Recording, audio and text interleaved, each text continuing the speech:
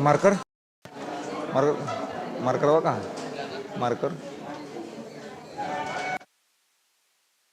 चलिए, तो वॉइस मिल रही है सभी लोगों को?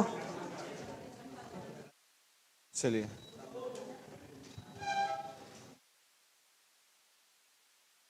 तो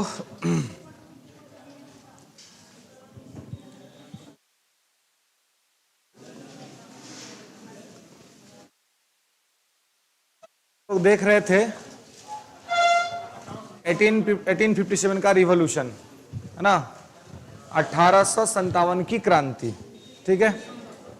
और 1857 की क्रांति में जो सारे इंपॉर्टेंट फीचर्स थे, है ना, कि क्रांति कब हुई थी, किस प्रकार से हुई थी, है ना, और किन कारणों से हुई थी, वो सारी चीजें पे हम लोगों ने बात कर लिया था, है ना। और इसके स्वरूप को लेकर के कि 1857 का जो रिवॉल्यूशन है इसका नेचर क्या था, है ना, इस नेचर को लेकर के तमाम हिस्टोरियंस का अपना अलग अलग फैक्ट्स है, अलग अलग स्टेटमेंट है। तो उन सभी स्टेटमेंट्स पे भी हम लोग बात कर लिए थे कि क्या कहते हैं वो इन सभी संदर्भों में, ठीक है, कि जो रिवॉल्यूशन हुआ था उस रिवॉल्यूशन होने के पीछे वो भारत का पहला स्वतंत्रता संग्राम था, या हिंदू मुस्लिम षड्यंत्र था, या धर्मांधों का ईसाइयों के विरुद्ध युद्ध था, है ना, क्या था नहीं था, वो सारा चीज जो है सो हम लोग देख चुके थे, ठीक है। तो पहले हमने कैरेक्टर देखा था, फिर कैरेक्टर के बाद हम लोगों ने देखा था कि किस प्रकार से आगे की जो चीजें हैं वो निष्पादित होती है, यानी कि कारण क्या थे। तो सामाजिक, आर्थिक, राजनीतिक, सांस्कृतिक और साथ में सैनिक, है ना, कि रीजन्स क्या थे, किन रीजन के वजह से, किन कारणों के वजह से ये सब हुआ था, वो हम लोगों ने देखा था, ठीक है। और फिर विद्रोह कहां कहां पे हुआ और विद्रोह का नेतृत्व कौन कहां पे कर रहा था, इसके साथ ही विद्रोह का नेता कौन कहां पे था, ठीक है। तो साधारणतया जो प्रश्न आपसे पूछा जाता है वो विद्रोह के नेताओं से पूछा जाता है कि कौन कहां पर विद्रोह का नेतृत्व कर रहा था, या फिर नेतृत्व को दबाने वाला अधिकारी कौन था, ठीक है। तो ये सारी चीजें हम लोग देख चुके थे लगभग। अगर हम देखें तो हम लोग 1857 कंप्लीट कर चुके थे, क्योंकि मेजर पार्ट उसका वही है। लेकिन चूंकि दो चीजें हमने कहा था कि थोड़ा सा हम लोग देख लेंगे, बिकॉज कि आपका एग्जाम थोड़ा एकेडमिक टाइप का भी होगा, है ना, तो इस वजह से कि इस मूवमेंट्स के पीछे के जो ये असफल रहा, तो असफलता का क्या कारण था, है ना, आखिर क्या कारण रहा कि यह मूवमेंट जो है वो असफल हो गया। तो असफलता का कारण और साथ में ही परिणाम, है ना, रिजल्ट, ठीक है। ये दो बेसिक कुछ बातें हैं 1857 से जो हम लोगों को थोड़ा सा देख लेना है। बाकी तो इसकी जितनी महत्वपूर्ण बातें थी, जो बहुत ज्यादा इंपॉर्टेंट बातें थी, वो कल की क्लास में हम लोगों ने देख लिया था, है ना। थोड़ा लंबा हुआ था लेकिन अच्छा हुआ था, है ना, मजा आया और हम लोगों ने उसको कंप्लीट कर लिया, ठीक है। उतना अगर आप ठीक तरीके से कर लेते हैं, याद कर लेते हैं, तो मैं ऐसा उम्मीद करता हूं कि यहां से पूछे जाने वाले प्रश्न आपसे नहीं छूटेंगे, है ना। वो सारे स्टेटमेंट्स, घटनाक्रम, क्षेत्र, नेता, अगर उन सभी चीजों को ध्यान रखते हैं तो क्लियर है। क्या क्या क्या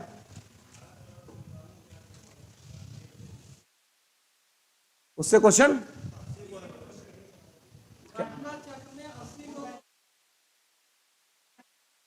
हाँ, टोटल 80 क्वेश्चन है। अच्छा, हाँ हाँ, देखिए दिसंबर में ब्राउन फेस को रिटायर्ड किया गया, ठीक है, और जनवरी में उसको लाया गया, ठीक है। हाँ हाँ, तो उसको ठीक से पढ़ लीजिए भैया, ठीक ना। मैं क्या देखूं, मैं सब देखा दिखाया हुआ है मेरा, ठीक ना, तो मुझे क्या, मैं क्या देखूं। आप और आपकी बात मैं नहीं समझ पाया, वो पीछे क्या कह रहे थे आप। 80 था तो वो बना लिया आपने, बन गया ना, तो अच्छी बात है फिर, बैठ जाइए।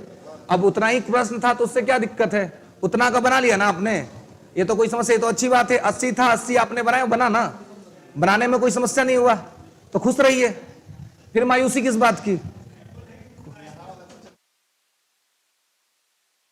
देखिए क्वेश्चन चाहे जितना पूछे, जहां से भी पूछे, ठीक है, आपको जितनी बातें लिखा दी गई हैं, थोड़ा शांत हो जाइए अब, जितनी बातें आपको लिखा दी गई हैं, जितना बात हो गया है ना, तो उतना पर केवल आप कमांड कर लीजिए, आपसे क्वेश्चन नहीं छूटेगा, ठीक है।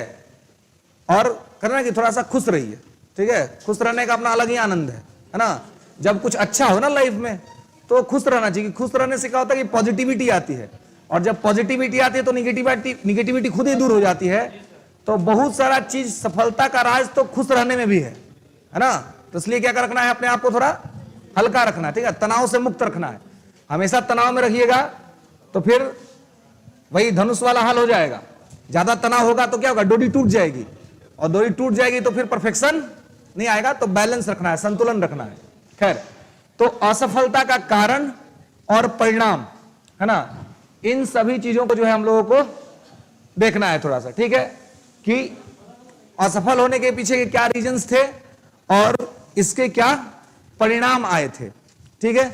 तो हेडिंग बना लेंगे सभी लोग, असफलता का कारण, है ना, 1857 की क्रांति के असफलता का कारण, ठीक है। कॉजेज ऑफ फेल्योरनेस ऑफ 1857, ठीक है। आज जब किसी चीज को पढ़िए तो पूरा बढ़िया से पढ़िए, ठीक है, उलट पुलट के बढ़िया से देख लीजिए कि क्या फैक्ट्स लिखा हुआ है ना। चलिए, सीखा Upadhyay smart plus smart brain question mark Abhijeet sir, बिचवा में क्वेश्चन मार्क को कला लगा दे लो जी, एजन इक्वल टू करो सीधे डायरेक्ट में। चलिए, तो कहने का मतलब यह है कि असफलता का कारण और परिणाम। तो लिखेंगे असफलता का कारण, कि असफलता का कारण क्या था, आखिर क्या रीजन रहा कि इतना सारा मेहनत हुआ, ये सब कुछ हुआ, उसके बाद भी ये रिवॉल्यूशन जो था वो फेलियर हो गया, ठीक है। असफलता का कारण, ठीक है। तो पहला लिखेंगे कि पहला कारण क्या था, आइए पहला कारण लिखेंगे, विद्रोह का सीमित क्षेत्र, विद्रोह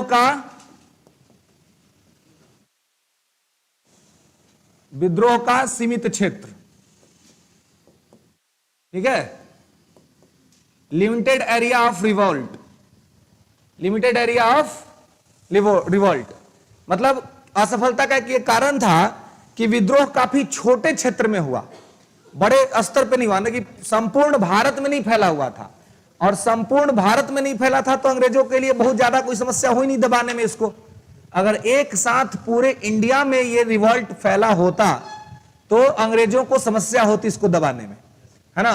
लेकिन ये सीमित क्षेत्रों में था तो आसानी से वो जगह जगह पर जा करके इस मूवमेंट को दबा देते थे, इस मूवमेंट को डिस्टर्ब कर देते थे, ठीक है। तो पहला तो इसके असफल होने का सबसे बड़ा कारण है विद्रोह का सीमित क्षेत्र। दूसरा लिखेंगे नेतृत्व का अभाव, नेतृत्व का अभाव, नेतृत्व का लैक ऑफ लीडरशिप, नेतृत्व का अभाव। अब देखिए, बेहतरीन लीडरशिप नहीं था यहां पर, है ना, ठीक है, ओके। तो क्या था कि नेतृत्व का अभाव था। नेतृत्व का अभाव का मतलब क्या है, नेतृत्व का अभाव का मतलब है कि लीडरशिप जिनको दिया गया बहादुर शाह द्वितीय जफर को, तो ऑलरेडी बूढ़े थे, है ना, नेतृत्व वो ठीक से संभाल नहीं पा रहे थे, ठीक है। और दूसरा चीज, बख्त खान को वास्तविक जो है वो नेतृत्व दिया गया था, लेकिन दोनों में थिंकिंग को लेकर कितना क्लैश चल रहा था कि ये कहीं पर भी सीधे तौर पे विद्रोह को लीड नहीं कर पाए। इवन दिल्ली का ही लीडरशिप ठीक से नहीं संभला पाया, तो अलग अलग कॉर्नर पे अलग अलग लोग लीड कर रहे थे, ठीक है। तो एक प्रमुख नेता घोषित तो किया गया था बहादुर शाह द्वितीय को, लेकिन फिर भी कुशल नेतृत्व का अभाव था। एक ऐसा बेहतरीन सेनापति नहीं था जो कि इस मूवमेंट को लीड कर पाता और लीड करके इसको सफलता दिला पाता। तो सफलता नहीं दिला पाने के पीछे का जो सबसे बड़ा रीजन था, वो रीजन क्या था? तो वो था नेतृत्व का अभाव, है ना। सफलता और असफलता बहुत इस बात पर भी निर्भर करती है कि आपका नेतृत्व कौन कर रहा है, लीडरशिप किसके पास है ना। लीडरशिप अगर बेहतरीन हाथों में हो तो कम संसाधन में भी वो बेहतर रिजल्ट दे सकता है, और अगर लीडरशिप ही गलत हाथों में चला जाए तो बहुत सारा संसाधन होते हुए भी असफलता झेलनी पड़ सकती है ना। तो वो सब नेतृत्व का कारण होता है। तो नेतृत्व भी ठीक नहीं था, जिसके वजह से यहां पर दिक्कत हुआ। ठीक है, तीसरा लिखेंगे जन सहभागिता का अभाव। जन सहभागिता, जन सहभागिता का अभाव, lack of people's participation, lack of people's participation.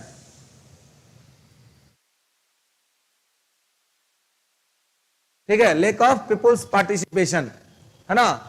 तो मतलब कि जन सहभागिता का अभाव, जनता भी बहुत बड़े स्तर पर इसके साथ नहीं जुड़ी हुई थी। ठीक है, और कोई भी मूवमेंट का सक्सेस होना इस बात पर भी निर्भर करता है कि जनता उसमें कितना सपोर्ट करे। जनता अधिक से अधिक शामिल होगी तो प्रेशर ज्यादा क्रिएट होगा, और ज्यादा प्रेशर क्रिएट होगा तो क्या होगा? रिजल्ट्स होने के चांसेस ज्यादा रहेंगे। तो इसमें पीपुल्स पार्टिसिपेशन भी ठीक ठाक नहीं था। इसमें वही लोग पार्टिसिपेट कर रहे थे जिनका व्यक्तिगत तौर पे कुछ ना कुछ हानि हुआ था। सेना के लोग थे तो उनको बराबरी का वेतन नहीं मिलता था, बराबरी की सुविधाएं नहीं मिल रही थी। जमींदार लोग थे तो उनकी जमींदारी छीन ली गई थी। राजा लोग थे तो उनका राज्य छीन गया था। तो जिनका व्यक्तिगत तौर पे कुछ हानि हुआ था वही लोग इस मूवमेंट में थे। जिनका व्यक्तिगत तौर पे कोई हानि नहीं हुआ था वो इस मूवमेंट से खुद को दूर रखे हुए थे। तो इस वजह से भी अंग्रेजों पर बहुत बड़ा कोई असर नहीं पड़ा। ठीक है, क्या? हाँ, तो छीना गया ना, सबका कुछ ना कुछ गया, और कुछ ना कुछ गया इस वजह से आया, है ना। सबका अपना अपना इंटरेस्ट था, किसी का कलेक्टिव इंटरेस्ट नहीं था, सबका अपना अपना इंटरेस्ट था। इस वजह से जन सहभागिता इसमें नहीं थी। नेक्स्ट लेंगे संगठन का अभाव। संगठन का अभाव, लेक ऑफ इंस्टीट्यूशन या यूनियन, संगठन का अभाव। अब कोई संगठन ही नहीं था, है ना। एक होता है ना कि एक बैनर के नीचे, एक झंडे के नीचे हम लोग लड़ाई लड़ेंगे, है ना। तो ऐसा कोई झंडा निश्चित ही नहीं हुआ। ठीक है, कोई अपना सैनिक थे तो अपने मुद्दे के लिए लड़ रहे थे, है ना। जो भी उत्तराधिकार वाले राजा लोग थे उत्तराधिकार के लिए लड़ रहे थे। ठीक है, तो सब लोग अपना अपना जमींदार अपनी जमींदारी के लिए लड़ रहे थे। तो इस चक्कर में कोई संगठन नहीं बना, कोई एक ग्रुप नहीं बना। अगर ग्रुप बनता तो ग्रुप के नीचे रह करके सारे लोग मेहनत करते, लड़ाई लड़ते, और संभव था कि इससे ज्यादा प्रेशर क्रिएट कर पाते। लेकिन संगठन भी सही नहीं था, संगठन में किसी प्रकार का कोई ये नहीं था, इस वजह से इससे लोग दूर रहे। नेक्स्ट लेंगे किसानों का सपोर्ट, समर्थन नहीं मिला। किसानों का समर्थन नहीं मिलना, है ना। हाँ, इसी में अगला पॉइंट, किसानों का समर्थन नहीं मिलना। ठीक है, not support by the peasants, not support by the peasants.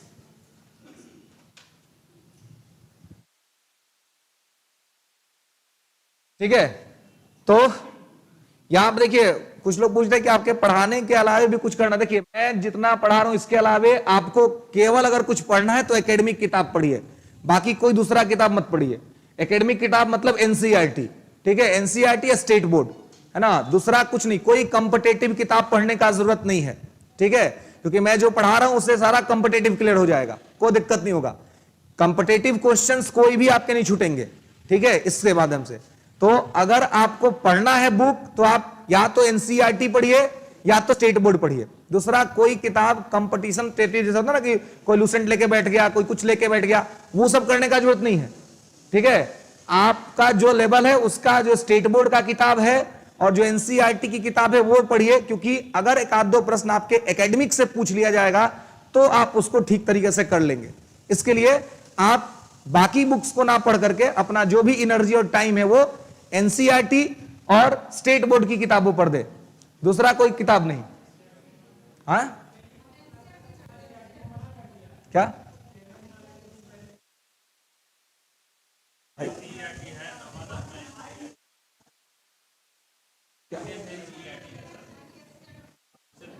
देखिए भाई यहां ये कॉमन है ना क्लास कि केवल यहां 1 से 4 तक वाले हैं, ये तो कॉमन है ना, तो थोड़ा कलेक्टिविटी का ध्यान रख करके यहां पे कुछ भी बोला जाता है, ठीक है। It's not individual class for anyone, it's not 1 to 4, it's not 9 to 8 and not 9 to 12, ये सबके लिए है। तो सभी लेवल पर एनसीईआरटी को नहीं रोका गया है, ठीक है ना, सभी लेवल पर एनसीईआरटी बैन नहीं है, 1 to 4 वाले में बैन है। तो थोड़ा सा वहां पर देखिए, और एनसीईआरटी जो है ऐसा नहीं है कि पढ़िएगा तो आपको नुकसान देगा, यहां से क्वेश्चन नहीं देगा, ठीक ना। एनसीईआरटी को और स्टेट बोर्ड, चूंकि बिहार का मामला है तो स्टेट बोर्ड थोड़ा सा प्रायोरिटी में रहेगा, लेकिन इसके साथ एनसीईआरटी का अध्ययन जरूरी है। और अगर इन दोनों पर आप एकेडमिक किताबों को ठीक से पढ़ लेते हैं और ये आपका रेडी है, तो फिर आपको किसी प्रकार का कोई असुविधा नहीं होगा, कोई असुविधा नहीं होगा। तो इसलिए क्लास जो हो रहा है, इसके साथ बस केवल घटना चक्र प्रैक्टिस के लिए और कोई भी किताब नहीं, और कुछ भी पढ़ करके टाइम वेस्ट करने का जरूरत नहीं है। 10 किताब पढ़ने से अच्छा है 1-2 किताब को 10-12 बार पढ़ लीजिए, वो किताब याद हो जाएगा, है ना। ऐसे घूम घूम करे, कोई कह देगा कि पढ़ लीजिए, कोई कह देगा वो पढ़ लीजिए, कोई कह देगा वो पढ़ लीजिए, पता चला 5 किताब पढ़ लीजिए और 5 में से किसी एक किताब पर आपका कंट्रोल नहीं हुआ, और जब किसी एक पर कंट्रोल नहीं हुआ तो फिर कुछ नहीं होगा। तो इसलिए समझिए बात को, क्लास में जो चीजें जो हो रही हैं उसको कीजिए और उसके प्रैक्टिस के लिए केवल घटना चक्र कीजिए।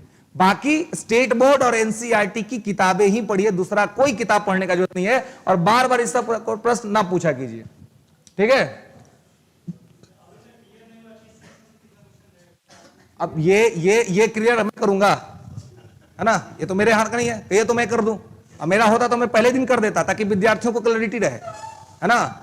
अगर मेरे बस की बात रहती तो मैं पहले दिन क्लियर कर देता। और मैं ये मैसेज मतलब प्रसाद जी के पास जाए तो उनके पास ही पूछना चाहता हूं कि भाई जब आप ले रहे हो तो आप क्लियर कर दो, डायलेमा बना करके मत रखो विद्यार्थियों के बीच में। 3 महीने का टाइमिंग है तो सब कुछ क्लियर कर दीजिए ताकि उनको क्लियर हो जाए। तो ये तो वो क्लियर करेंगे ना। ये देखिए, ये एक प्रकार से एक मनोवैज्ञानिक दबाव है जो आप पर बनाने का कोशिश किया जा रहा है, ठीक है। अब यही मैं हमेशा आपको क्या समझाता हूं कि आप लोग हमेशा तनाव में रहते हैं। क्या कर लीजिएगा तनाव में रह करके, टेंशन पाल करके? आपके बस में कुछ है, आप ठीक कर दीजिएगा बीपीएससी को? नहीं कर पाइएगा। आपके बस में है, खुद को फ्री रखिए, खुद को खुश रखिए और पढ़ाई कीजिए, क्योंकि अभी वही स्थिति है ना। तो परेशान होकर के आप क्या ही कर लीजिए। आप परेशान जब रहिएगा ना तो ना ई कमुआ ठीक होगा और ना वो काम ठीक होगा, अंतिम में कुछ ठीक नहीं होगा। तो इसलिए अभी जहां तक जो चीज आपको नहीं पता है तो ये सोच के कम से कम खुश हो जाइए कि सब लोग एक ही प्लेटफॉर्म पर हैं। ऐसा किसी को नहीं है किसी को विशेष पता है। तो कंपटीशन जब होगा तो इक्वल होगा, आपके लिए स्पेशली टफ नहीं होगा। तो ये भी थोड़ा सा सोचिए कि कैसे अपने आप को पॉजिटिविटी में रखना है। अगर क्लियर नहीं किया है बीपीएससी ने कुछ भी, तो ऐसा थोड़ी है कि केवल आपके लिए नहीं क्लियर किया, बाकी लोग को मालूम है। किसी को नहीं मालूम है। जितना लोग एग्जाम देने वाला है किसी को नहीं मालूम है। इसका मतलब हुआ कि सब लोग इक्वल प्लेटफॉर्म पर है। तो इसलिए बहुत ज्यादा घबराने की बात नहीं है। जो होगा वो सबके साथ होगा, है ना। तो उसमें भी निकलेगा कौन? जो पढ़ा रहेगा। तो मेन चीज है पढ़ाई। तो ये हो रहा है तो इस पर फोकस करिए और अपने आप को हल्का रखिए। बिना मतलब का चीज जो आपके हाथ में नहीं है उसके बारे में सोच करके खुद का दिमाग खराब करना मतलब अपने पढ़ाई को बाधित करवाना है और कुछ भी नहीं है। तो जो हाथ में नहीं है उस पर आप लोग बहुत ज्यादा ध्यान दे रहे हैं, आज जो हाथ में है उस पर ध्यान नहीं दे रहे हैं। उसको सोच रहे हैं कि याद कैसे होगा। भाई आप दिमाग में इतना फालतू चीज लेके घूम रहे हैं कि याद कैसे होगा। आप उसको निकालिए, इंतजार कीजिए, बीपीएससी कुछ क्लियर करेगी तो सोचिएगा। फिलहाल आपके पास जो है उस पर फोकस कीजिए, उसको याद कीजिए, उसको अपना बना लीजिए, ठीक है। और यही आपको एग्जाम में काम देगा। तो बिना मतलब के डिबेट में, डिस्कोर्स में फंस करके टाइम खराब करना, वो अपने करियर के साथ खिलवाड़ करना है और कुछ भी नहीं है। तो वो सब मत कीजिए। और करने का शौक है तो फिर कीजिए, शौक से। मैं पार्टिसिपेट नहीं करूंगा इसमें फिर से, है ना। इस तरह के क्वेश्चन का जवाब मैं नहीं दूंगा। फिर मैं कह दूंगा कि आपको अगर पूछना है तो आप ये सब सवाल दूसरे लोगों से पूछ लीजिए, क्योंकि कौन बताएगा भाई? किसी को पता है? अब कोई बताएगा तो बड़गलाएगा आपको, झुट्ठो बड़गलाएगा। जब मालूम नहीं है तो कहां से बताएगा? मालूम होना चाहिए ना पहले। चलिए, तो उसके बाद संगठन का अभाव नेक्स्ट लिखेंगे। हाँ, किसानों के समर्थन का अभाव। किसान लोग जो थे वो इससे जुड़े ही नहीं, किसानों ने इस मूवमेंट को सपोर्ट ही नहीं किया। ऐसा लग रहा था कि जो आंदोलन है ये अभिजात्य वर्ग का आंदोलन बन गया था। मतलब देश का संपन्न तबका इसमें ज्यादा था, जैसे कि राजा लोग थे, सेना लोग के लोग थे, आम आदमी था ही नहीं। आम आदमी इसमें, आम आदमी को लग रहा था कि मेरा तो कुछ हुआ ही नहीं है, तो आम आदमी का पार्टिसिपेशन नहीं था, किसानों का भागीदारी नहीं था, किसान इसमें किसी भी स्तर पर पार्टिसिपेट नहीं कर रहे थे। इसके अलावा लिखेंगे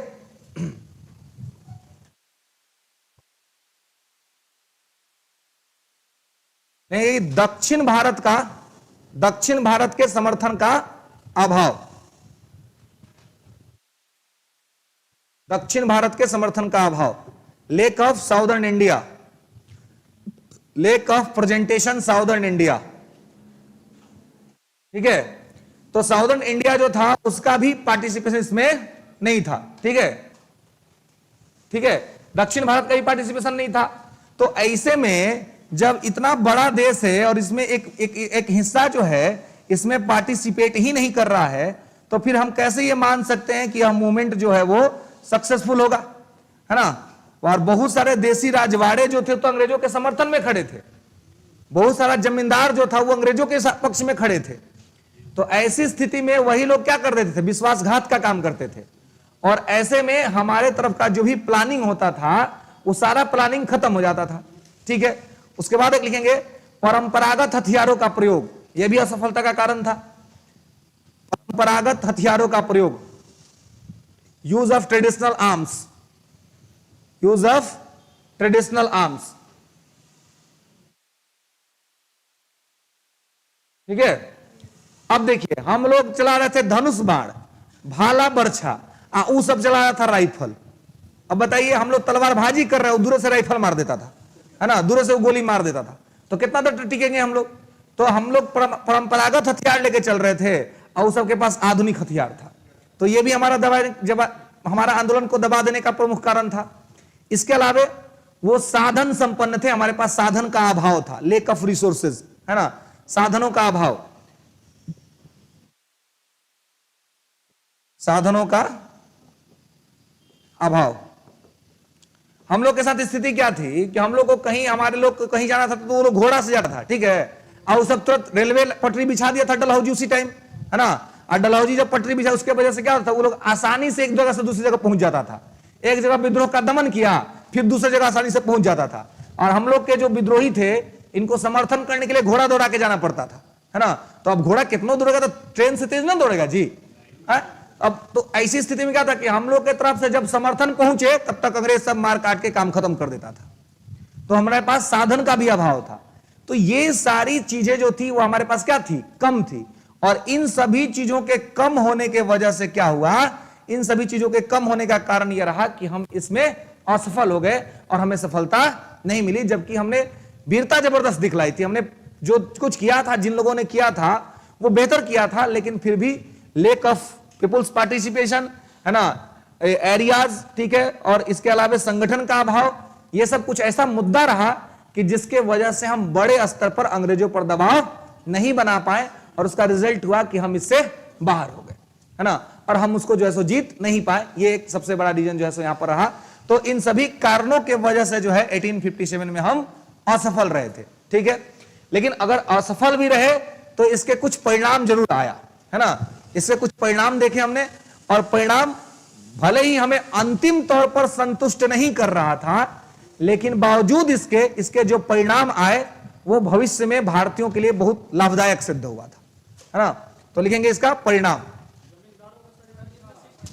क्या, जिन जमींदारों का जमीन छीना गया था पार्टिसिपेट किए थे। कुंवर सिंह क्या थे, जमींदार ही थे, है ना।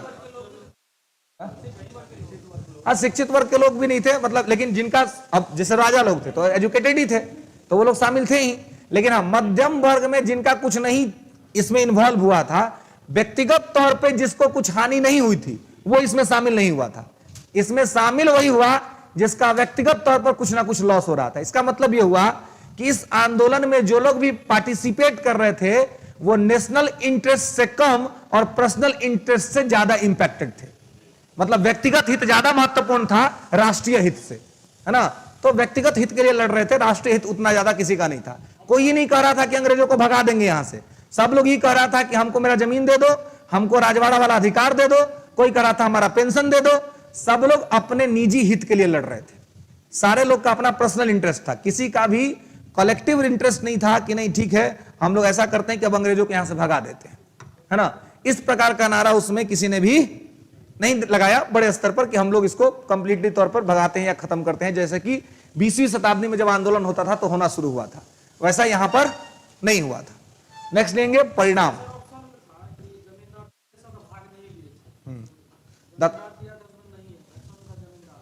जमींदार केवल था कि नहीं थे, तो ऐसे देखिए ऐसा नहीं था कि कुंवर सिंह जमींदारी थे, कुंवर सिंह बिहार से जमींदारी थे, ठीक है। तो जिन जमींदारों की जमीन नहीं छीनी गई थी वो नहीं थे पार्टिसिपेट, लेकिन जिनकी छीनी गई थी वो लोग पार्टिसिपेट कर रहे थे, है ना। तो उसमें देखना पड़ेगा कि उसका क्वेश्चन का प्रकृति क्या है, उसमें एक्चुअल में क्या जानने का प्रयास कर रहा है, क्योंकि जिन जमींदारों की जमीन छीनी गई थी उसमें थे, और वीर कुंवर सिंह बड़े जमींदार थे बिहार के, है ना, कोई छोटे मोटे जमींदार नहीं था, उनकी जमींदारी ही छीनी गई थी, इसी वजह से वो इसमें पार्टिसिपेट कर रहे थे। प्रोसीड।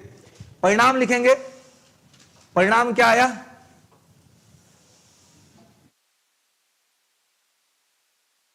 तो परिणाम में लिखेंगे कंपनी शासन का अंत। परिणाम में पहला लिखेंगे कंपनी शासन का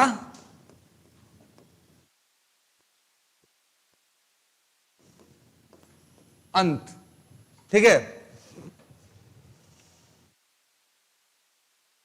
मनु सर, वीर कुंवर सिंह कहां के थे भाई, वीर कुंवर सिंह कहां, वीर कुंवर सिंह बिहार के आरा के जगदीशपुर के थे, ये तो कल बताया गया था, है ना। हाँ क्या, वहां पे जब उसने ये अलॉट हुआ था तो हुआ था बेसिकली रेलवे का जब विकास हुआ भारत में, तो रेलवे के विकास के लिए भारत के जो लोग थे उन्होंने ऐसे कमेंट्स किए कि रेलवे जो था वो हमारे लिए नहीं था, हम लोग उसको यूज नहीं करते थे, वही लोग यूज करते थे। कार्ल मार्क्स कहता है कि रेलवे भारत में खून चूसने की नाई बन गई, है ना, मतलब कि एक हथियार बन गया। जहां तक अंग्रेज नहीं पहुंच पाते थे वहां तक रेलवे की पटरियां पहुंच गई, तो टैक्स वसूलने में उनके लिए काफी आसानी हो गया। बाल गंगाधर तिलक कहते हैं कि भारत में रेलवे का विकास दूसरे की पत्नी को सजाने के समान है ना। अब सोचिए अपना पत्नी छोड़ करके कोई दूसरी की पत्नी का श्रृंगार करने में लग जाए, तो आप समझते ना कैसा स्थिति है जी, तो बहुत भयंकर वाला स्थिति है। पकड़ा जाने के बाद तो ऐसा उपाय होगा, है ना। तो वही हुआ था, तिलक ने ये स्टेटमेंट दिया रेलवे को लेकर के, तो आप समझ सकते इस रेलवे पर कि रेलवे के प्रति इस तरह के स्टेटमेंट रेलवे कितना पॉजिटिव था इंडिया के लिए। इसके अलावा उत्तर प्रदेश संयुक्त प्रांत से एक पत्रिका छपती थी, सहचर पत्रिका। सहचर पत्रिका में लिखा जाता था कि भारत में रेलवे का विकास एक बंद हथकड़ी के समान है ना। तो उस समय जो रेलवे आया था वो इसलिए नहीं आया था कि इंडियंस के जैसे आज यूज हो रहा है ना, आज तो इंडिया की लाइफलाइन है रेलवे, है ना। लेकिन जब ये आया था तो बेसिकली एक्सप्लॉइटेशन की गति को तेज करने के लिए आया था, जो शोषण की गति थी उसको और बढ़ाने के लिए, कि जहां तक हम आसानी से नहीं पहुंच पा रहे थे वहां तक आसानी से रेलवे ने पहुंचा दिया, ठीक है। तो वो एक्सप्लॉइटेशन का ये था, और उस समय भारतीय उसका बहुत ज्यादा इस्तेमाल नहीं करते थे, अंग्रेजी इस्तेमाल करते थे, और 1857 की क्रांति को दबाने में उनका इसमें महत्वपूर्ण रोल रहा था, है ना। तो पहला तो चीज हुआ कि कंपनी शासन का अंत हो गया। 100 साल की कंपनी शासन हुई थी, है ना। 1757 से लेकर के 1857 तक भारत में कंपनी ने शासन किया था। तो कंपनी शासन को क्या कर दिया गया, खत्म कर दिया गया कि भाई अब कंपनी शासन इंडिया में नहीं होगा, ठीक है। उसके बाद हड़प नीति की वापसी, हड़प नीति की वापसी, है ना। जो डॉक्ट्रिन ऑफ लैप्स था तो repeal of doctrine of lapse, ठीक है। हड़प नीति की वापसी, वापसी को रिपील बोलते हैं, ठीक है। हड़प नीति की वापसी, तो repeal of doctrine of lapse, ठीक है। तो डॉक्ट्रिन ऑफ लैप्स को क्या कर लिया गया, वापस ले लिया गया, ठीक है। तो जो डॉक्ट्रिन ऑफ लैप्स था वो यही था, है ना, कि किस प्रकार से जो है, किस प्रकार से चीजों को समायोजित करना है, और किस प्रकार से जिस राजा के पास कोई पुत्र नहीं है या उसका कोई उत्तराधिकारी नहीं है तो उसको जब ले लेना था उसका राज्य, तो उसको खत्म कर दिया गया और हड़प नीति की वापसी कर दी गई कि अब डॉक्ट्रिन ऑफ लैप्स नहीं होगा, और किसी राज्य का यदि उत्तराधिकारी नहीं भी है तो वो गोद ले सकता है किसी को और उसको अपना उत्तराधिकारी घोषित कर सकता है। उसका जो क्षेत्र है वो नहीं लिया जाएगा। ठीक है, क्या डलहौजी को आने का जरूरत है भाई, सरकार वापस ले लिया है ना, अथॉरिटी मेन तो सरकार की होती है ना, सरकार ने वापस ले लिया कि भाई हम ये नीति लाए थे, हम अब नीति नहीं चलाएंगे, तो हड़प नीति वापस हो गई। ठीक है, उसके अलावा राजाओं की पुरानी स्थिति बहाल कर दी गई, मतलब कि जिनका जिनका पेंशन का बंद हुआ था सबका पेंशन स्टार्ट कर दिया गया। राजाओं की पुरानी स्थिति बहाल कर दी गई।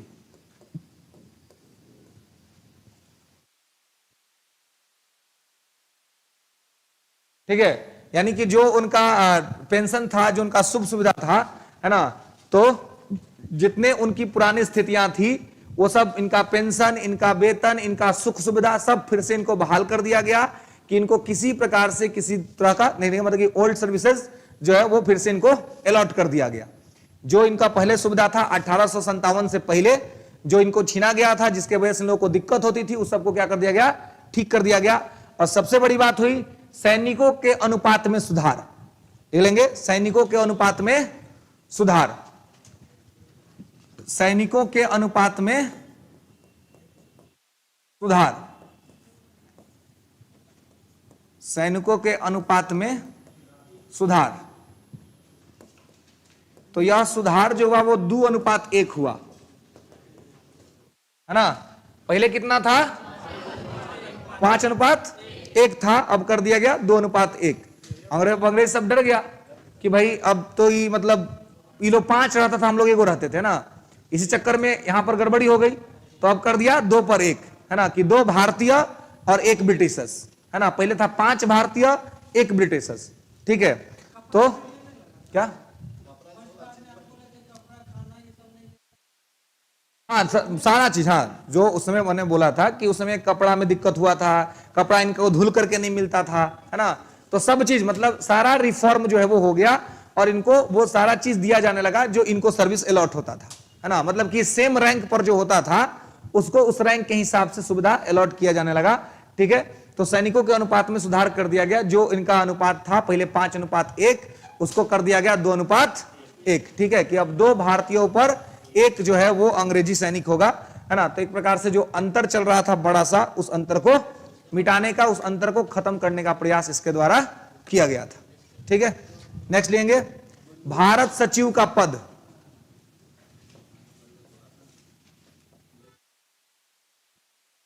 भारत सचिव का पद स्थापित किया गया।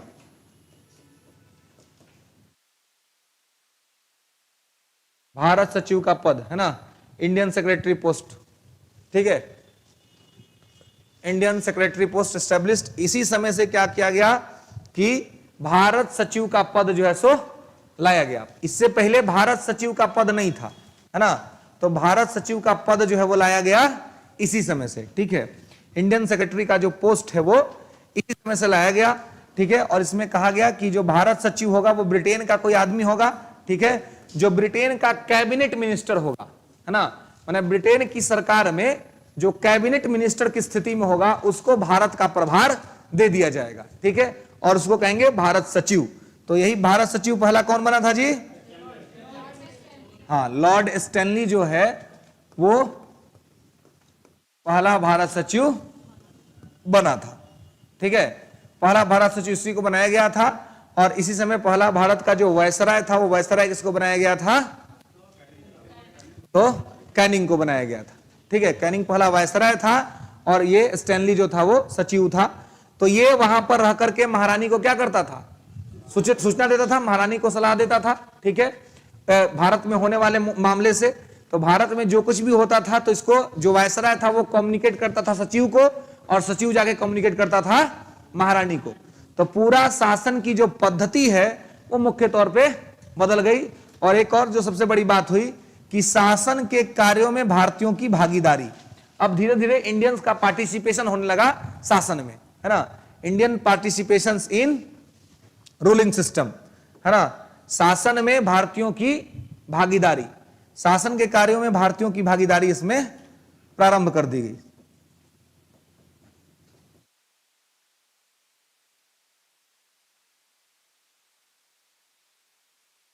भारतीयों की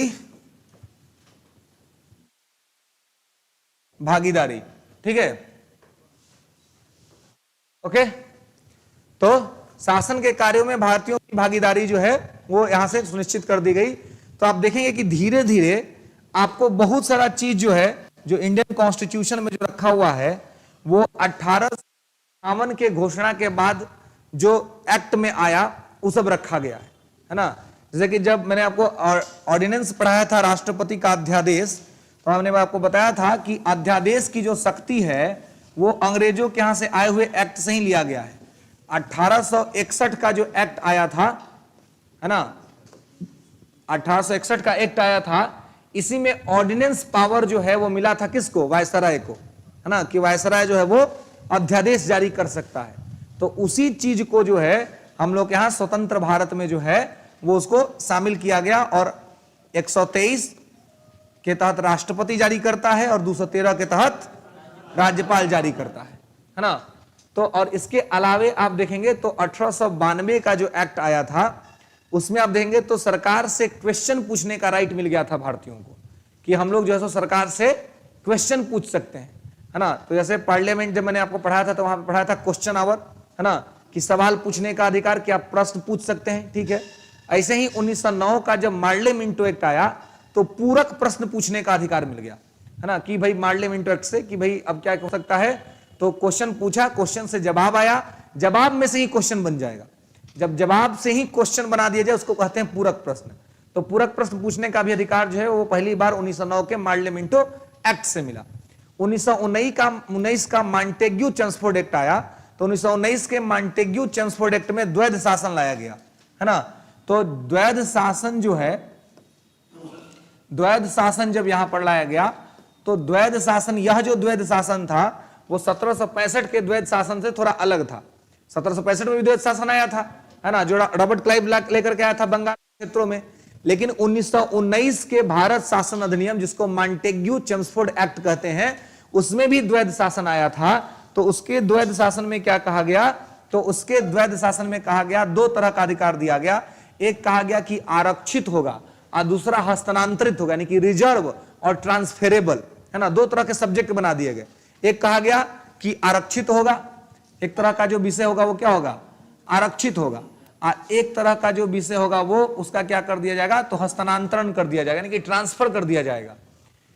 तो जितना बढ़िया बढ़िया चीज था वो सब अंग्रेज अपने पास में रख लिया, जैसे कि रिजर्वेशन का मामला, है ना, या रिजर्वेशन का मामला, या इसके अलावे आप देखिए तो रिसोर्स का मामला, जैसे टैक्स वैक्स का मामला, जहां कहीं भी टैक्स लगता था तो टैक्स से जो पैसा आता था उस सब चीज को क्या कर लिया अंग्रेज, सब रिजर्व कर लिया कि रिजर्व रहेगा। और जो रिजर्व होता था वो रहता था वायसराय के हाथ में, और जो हस्तांतरण यानी कि ट्रांसफेरेबल जो चीज थी, है ना, तो ट्रांसफेरेबल में क्या होता था कि ट्रांसफेरेबल भारतीयों के पास रहता था। तो जैसे कि जो जितना सब काम वाला चीज था, जिससे काम हो सकता था, वो सब कौन रखता था, भारत के पास। और जहां से पैसा आने वाला था वो सब रखता था अंग्रेज सब। इस चक्कर में क्या होता था कि भारत के लोग चाह कर भी कोई अच्छा काम नहीं कर पाते थे, और आम भारतीयों को लगता था कि हमारे नेतृत्वकर्ता ही हमारा काम नहीं कर रहे हैं। तो एक प्रकार से इसमें स्ट्रेटजी ये भी थी कि अपने ही लोगों के बीच में अपने लोगों के खिलाफ एक प्रकार का विचार पैदा कर देना, कि उनको लग जाए कि हमारे ही लोग हमारे लिए कोई काम नहीं कर रहे हैं। लेकिन दिक्कत यह थी कि जितना रुपया पैसा का मामला था वो अंग्रेज सब अपने कंट्रोल में रखा था, और जितना रिस्पॉन्सिबिलिटी का मामला था वो सब भारतीयों के हाथ में दे दिया था।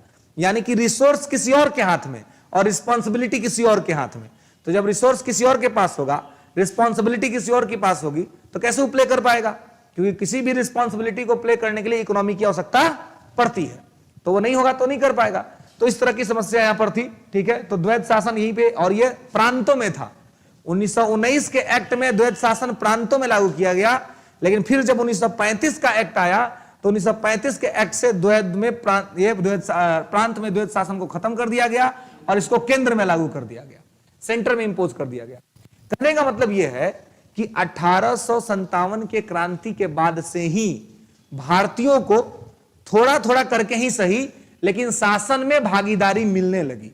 उससे पहले भारतीयों को शासन में भागीदारी बिल्कुल भी नहीं मिलता था, है ना। वो सब कुछ कंपनी खुद ही डिसाइड करती थी और कंपनी के हिसाब से ही सब कुछ होता था।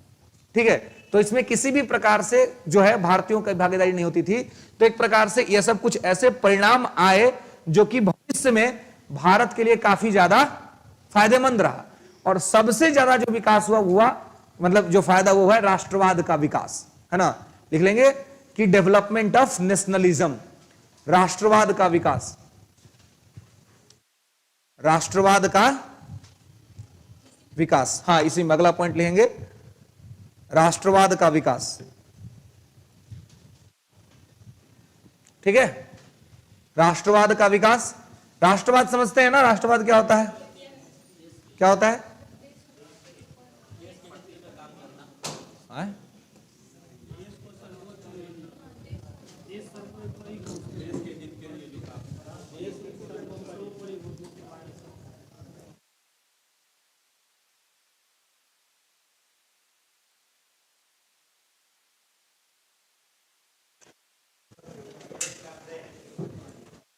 देखिए, राष्ट्रवाद ऐसा चीज है कि अभी तक तो इसका कोई एक्चुअल और परफेक्ट डिफिनीशन तय नहीं हुआ है राष्ट्रवाद का। ठीक है, अलग अलग विद्वान स्कॉलर्स जो है वो अलग अलग परिभाषा देते हैं राष्ट्रवाद का, है ना। एक घटना घटी थी जेएनयू में, बहुत पहले की बात है ना, जिससे बिहार के युवा नेता भी बन गए। हाँ, तो घटना घटी थी जेएनयू कैंपस में, कुछ राष्ट्र विरोधी गतिविधियां हुई थी, है ना, कुछ नारे लगे थे।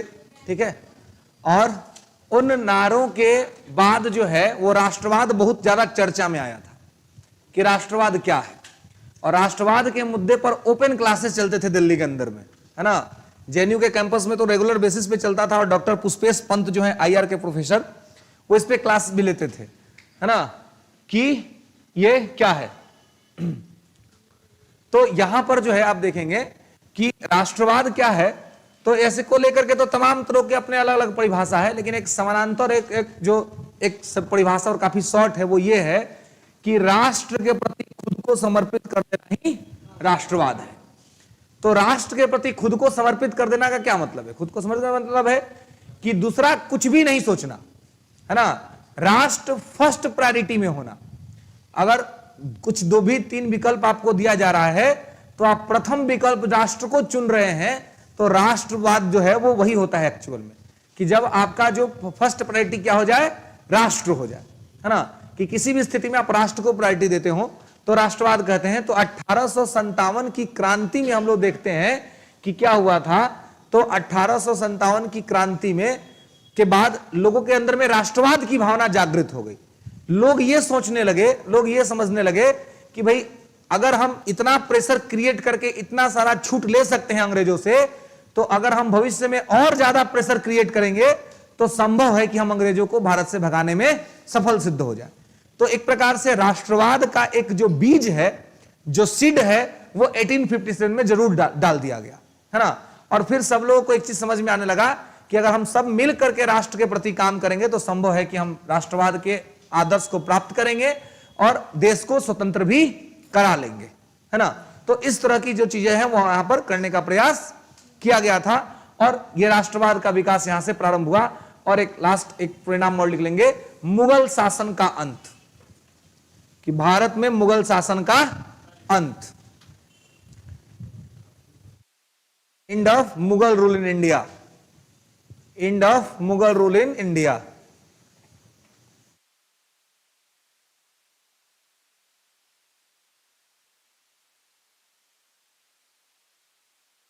राजेश कुमार, द्वैध प्रणाली 1772 में समाप्त हो गया था। तो भाई 1772 का द्वैध शासन अलग था और 1919 का द्वैध शासन अलग था, है ना। दोनों में बड़ा अंतर है, ठीक है।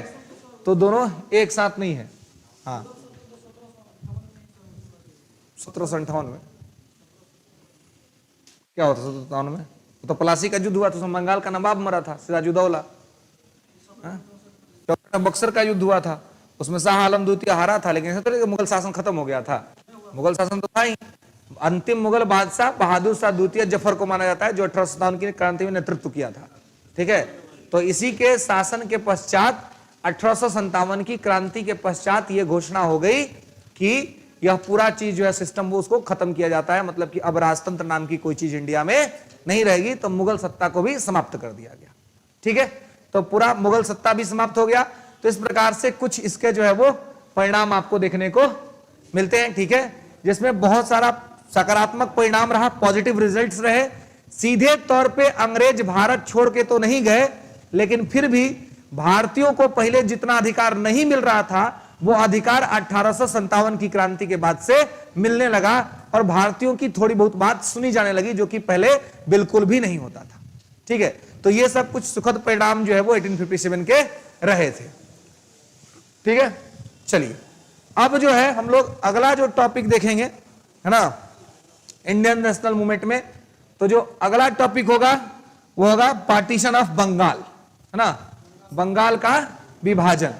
ठीक है, पार्टीशन ऑफ बंगाल, बंगाल का विभाजन। ये 20वीं शताब्दी का और राष्ट्रीय आंदोलन का सबसे महत्वपूर्ण घटना था। इंडियन नेशनल मूवमेंट का सबसे इंपॉर्टेंट जो इंसिडेंट था, वो सबसे इंपॉर्टेंट इंसिडेंट क्या था? पार्टीशन ऑफ बंगाल, है ना। पार्टीशन ऑफ बंगाल जो था वो सबसे इंपॉर्टेंट इंसिडेंट था इसका। ठीक है, सबसे महत्वपूर्ण जो घटना था वो था बंगाल का विभाजन, है ना, पार्टीशन ऑफ बंगाल। ठीक है, देखिए तो ये बंगाल का विभाजन क्यों हुआ? तो बंगाल जो है उस समय यानी कि 20वीं शताब्दी में भारत का सबसे बड़ा प्रांत हुआ करता था, सबसे ज्यादा क्षेत्र जो था वो इसके साथ था। अब देख सकते हैं कि वर्तमान का अपना बिहार, ओडिशा, झारखंड, पश्चिम बंगाल और पूरा का पूरा बांग्लादेश, ये पूरा मिला करके बंगाल था, है ना। ये पूरा मिला करके अकेला एक बंगाल था, और इसमें भारत के जो दो बड़े समुदाय थे, हिंदू और मुस्लिम, वो दोनों ही रहते थे। तो अंग्रेजों को एक बात तो पता चल गई कि अगर भारत को गुलाम बना करके रखना है, भारत को अगर अपना स्लेव बना के रखना है, तो हिंदू और मुस्लिम को अलग करना होगा। इन लोगों की जो एकता है उस एकता को क्या करना होगा? तोड़ना होगा। तो ये किसके दिमाग में चला? कर्जन के दिमाग में चला। तो कर्जन ने सोचा कि कुछ ऐसा किया जाए जिससे कि बंगाल का विभाजन हो जाए, पार्टीशन ऑफ बंगाल हो जाए, हिंदू सेपरेट एरिया में चले जाए और मुस्लिम सेपरेट एरिया में चले जाए। इससे क्या होगा कि दोनों एक नहीं हो पाएंगे और दोनों को ही आपस में लड़ा देंगे, और दोनों जब आपस में लड़ेंगे तो फिर स्वतंत्रता की मांग धीमी पड़ जाएगी और ये लोग आपस में लड़ेंगे। तो ये उसकी स्ट्रेटजी थी, और इसी स्ट्रेटजी के साथ उसने बंगाल विभाजन का काम करना प्रारंभ किया था। तो लिखेंगे, थोड़ा सा लिखेंगे कि बंगाल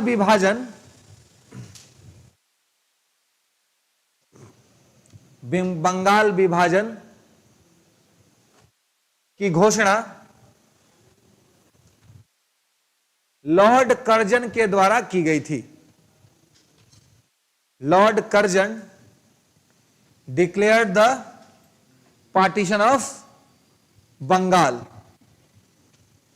बंगाल विभाजन की घोषणा लॉर्ड कर्जन के द्वारा की गई थी। अब देखिए कि जो घोषणा हुआ था बंगाल विभाजन का, वो हुआ था 19 जुलाई को, 19 जुलाई 1905। अब देखिए इसमें भी एक बात मैं बता दूं आपको कि जब एनसीईआरटी खोलिएगा तो एनसीईआरटी में 20 जुलाई लिखा हुआ है। विपिन चंद्रा की एनसीईआरटी की किताब में बंगाल विभाजन की घोषणा का डेट 20 जुलाई लिखा हुआ है। लेकिन बीपीएससी इस सवाल को भी बहुत बार पूछी है और उसमें उसने आंसर 19 जुलाई को माना है। ठीक है, क्योंकि और भी बहुत सारे बुक्स हैं जिसमें 19 जुलाई ही लिखा हुआ है ना। तो इसलिए अगर कहीं लिखा मिल भी जाए तो कंफ्यूज नहीं होना है और 19 जुलाई के डेट को प्रॉपर मानना है, क्योंकि बीपीएससी इसी को मानते आई है। ठीक है, तो पहले भी और बीपीएससी ने इस सवाल को 2-3 बार पूछा है कि बंगाल विभाजन की घोषणा कब हुई थी। तो बंगाल विभाजन की घोषणा 19 जुलाई 1905 को हुई थी। और अगला लाइन एक लिख लेंगे कि 16 अक्टूबर 1905 को 16 अक्टूबर 1905 को बंगाल विभाजन 16 अक्टूबर 1905 को बंगाल विभाजन लागू हुआ था। बंगाल विभाजन, Bengal partition in force in 16 अक्टूबर 1905। 16 अक्टूबर 1905 को बंगाल विभाजन लागू हुआ था। तो लागू हुआ था 16 अक्टूबर को और घोषणा हुआ था 19 जुलाई को।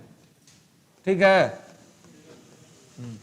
तो घोषणा 19 जुलाई 1905 को और लागू हुआ 16 अक्टूबर 1905 को। कारण क्या था इसका? कॉजेज। तो कारण देखिए, ऑफिशियल रीजन कर्जन ने क्या दिया? कर्जन ने कहा कि प्रशासनिक सुविधा के लिए बांट रहे हैं। ने क्या कहा? प्रशासनिक सुविधा, क्योंकि बहुत बड़ा स्टेट है, संभालने में दिक्कत हो रहा है ना। तो उसने कहा कि किस लिए बांट रहे हैं? तो एडमिनिस्ट्रेटिव सॉल्यूशन के लिए, है ना, प्रशासनिक सुविधा के लिए, क्योंकि स्टेट बड़ा है, कंट्रोल नहीं कर पा रहे हैं, इसके लिए हम चाहते हैं कि इसको बांट करके दो छोटा छोटा हिस्सा कर दे और ये छोटे हिस्से पर शासन जो है सो किया जाएगा। ठीक है, तो यहां जो है वो प्रशासनिक सुविधा के लिए एडमिनिस्ट्रेटिव जो सॉल्यूशन है, एडमिनिस्ट्रेटिव सॉल्यूशन के लिए यहां पर किया गया। ठीक है, तो कारण क्या हो जाएगा? प्रशासनिक सुविधा। ठीक है, प्रशासनिक सुविधा के लिए इसको किया गया। ठीक है, कारण था प्रशासनिक सुविधा। अब देखिए कि जब कारण यहां प्रशासनिक सुविधा इसने दिया, लेकिन वास्तविक कारण क्या था? तो हिंदू मुस्लिम एकता को तोड़ना। वास्तविक कारण लिख लीजिए। वास्तविक कारण क्या था? हिंदू मुस्लिम एकता को तोड़ना या हिंदू मुस्लिम एकता को खतरा पहुंचाना। क्या? नहीं, ये नहीं कहा था ये बात। ठीक है, तो लिख लेंगे कि हिंदू मुस्लिम एकता को तोड़ना। ठीक है, तो ये क्या चाह रहा था कि जो यूनिटी था हिंदू मुस्लिम का, उसको थ्रेट करना, उसको खतरा कर देना, उसको खत्म कर देना। ठीक है, वास्तविक कारण यही था कि हिंदू मुस्लिम एकता को तोड़ दिया जाए, है ना, इनके प्रति जो इन लोगों की जो एकता है उसको खत्म कर दिया जाए, क्योंकि एकता खत्म हो जाएगा तो फिर कोई दिक्कत नहीं होगा, है ना। तो इसमें इन्होंने क्या किया कि बंगाल का दो हिस्सा किया, एक किया पूर्वी बंगाल और एक किया पश्चिमी बंगाल। लिखेंगे कि लॉर्ड कर्जन के द्वारा बंगाल का दो हिस्सा कर दिया गया।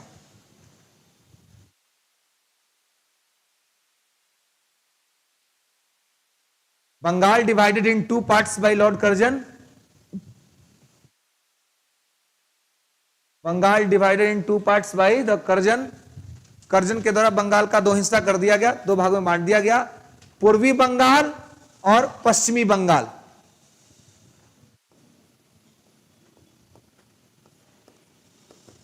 Eastern Bengal, western Bengal.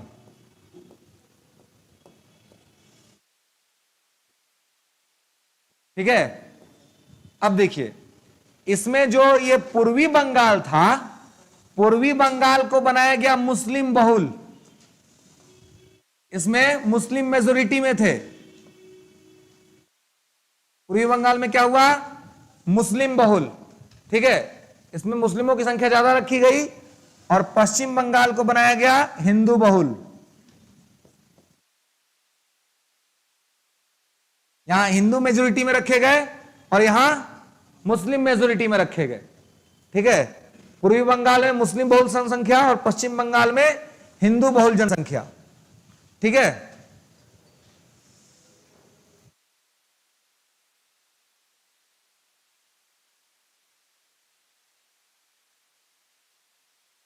Okay.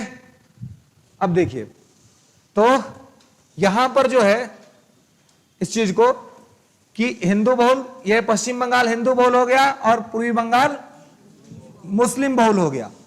तो यहां पे आप देखेंगे कि पूर्वी बंगाल मुस्लिम बहुल और यहां पश्चिम बंगाल मुस्लिम, और दोनों की राजधानी अलग अलग कर दी गई। जो पूर्वी बंगाल था उसका राजधानी ढाका, है ना, जो वर्तमान में बांग्लादेश की राजधानी है, ठीक है। और ये पश्चिम बंगाल का वही जो वर्तमान में है कलकत्ता, पश्चिम बंगाल का कलकत्ता राजधानी रखा गया, ठीक है। और पूर्वी बंगाल का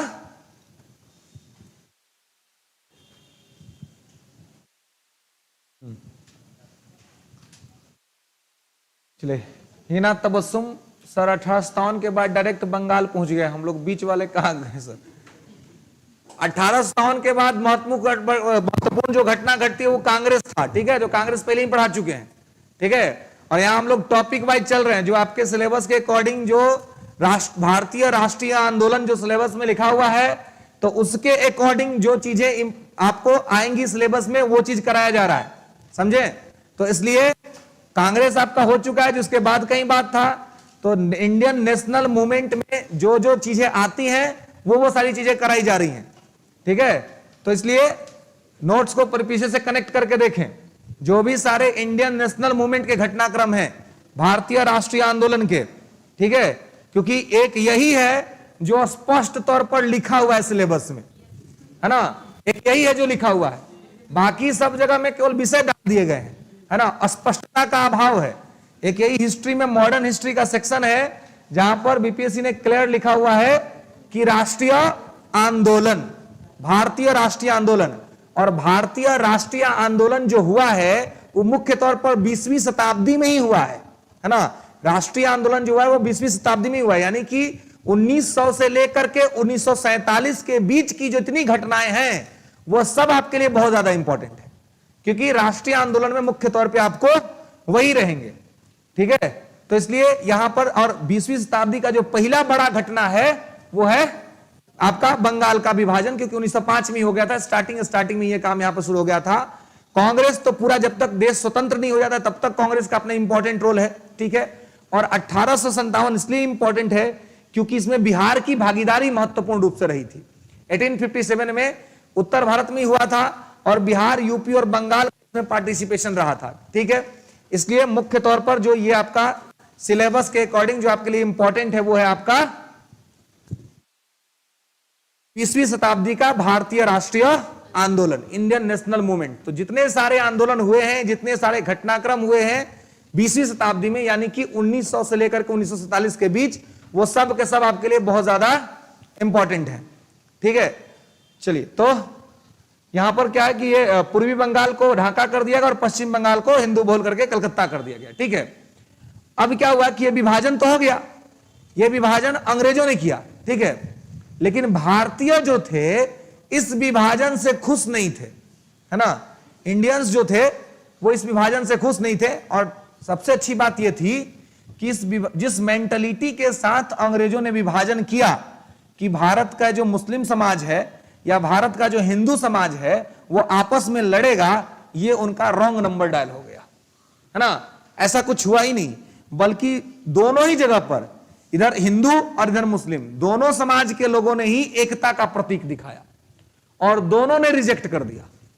दोनों जगह के रहने वाले जो इधर हिंदू थे उन्होंने कहा कि हम विभाजन को नहीं मानते हैं, उधर जो मुस्लिम थे उन्होंने भी कहा कि हम विभाजन को नहीं मानते हैं, और दोनों ने ही मजबूत एकता का प्रदर्शन किया और उन्होंने कहा कि भाई हम इसको स्वीकार नहीं करेंगे।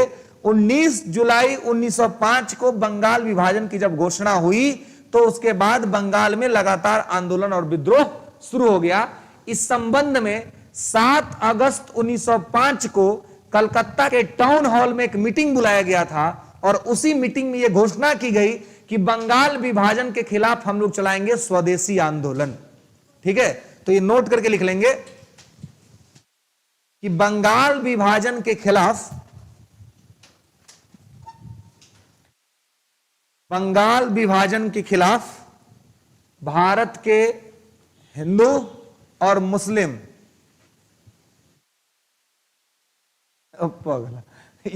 कौन है जी, अंशुमाला सर, बागेश्वर बाबा तो सिलेबस जरूर जानते होंगे,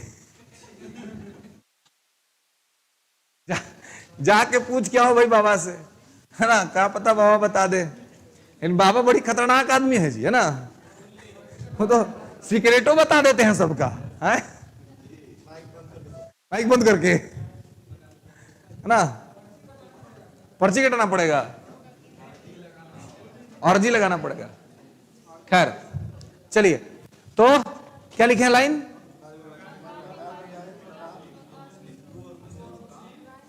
एक आदमी कोई बोलिए। हाँ, बंगाल विभाजन के खिलाफ हिंदू और मुस्लिम ने एकता का प्रदर्शन किया और 7 अगस्त 1905 को 7 अगस्त 1905 और 7 अगस्त 1905 को कलकत्ता के टाउन हॉल में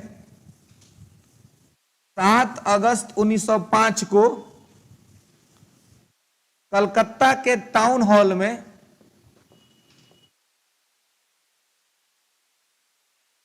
7 अगस्त 1905 को कलकत्ता के टाउन हॉल में स्वदेशी आंदोलन चलाने की घोषणा की गई। ठीक है, स्वदेशी आंदोलन, स्वदेशी movement started in 7th August 1905 from Calcutta Town Hall against the Bengal partition,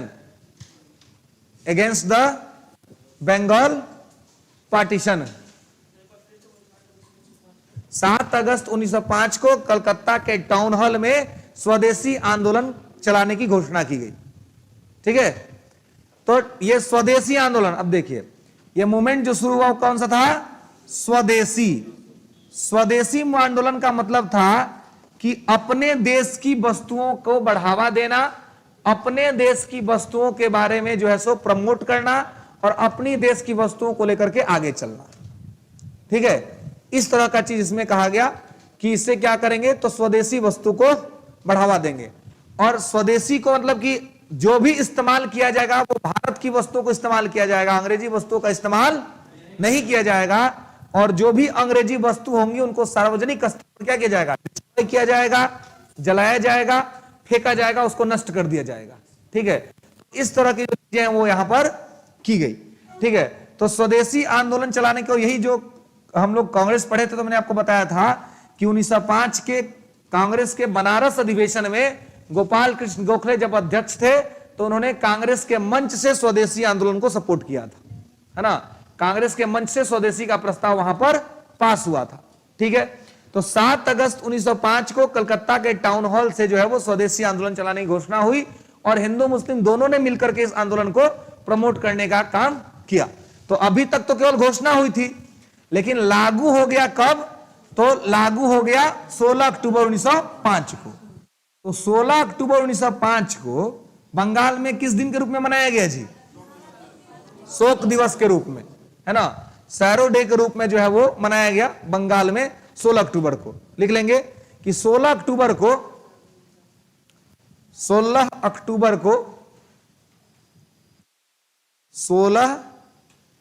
को बंगाल में, हाँ 1905 ही जब घोषणा हुई तो 1905 में ना हुआ था जी। 16 अक्टूबर 1905 को बंगाल विभाजन लागू होने पर, 16 अक्टूबर 1905 को बंगाल विभाजन लागू होने पर पूरे बंगाल में शोक दिवस मनाया गया।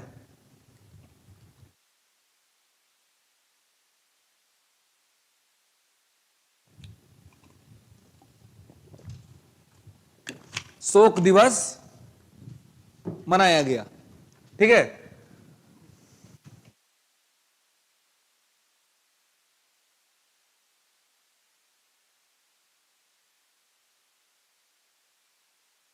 ठीक है, तो यहां पर देखिए 7 अगस्त 1905 को ये घोषणा हुई। ठीक है, और स्वदेशी आंदोलन चलने लगा, लेकिन बावजूद इसके अंग्रेजों ने जो है वो इसको वापस नहीं लिया।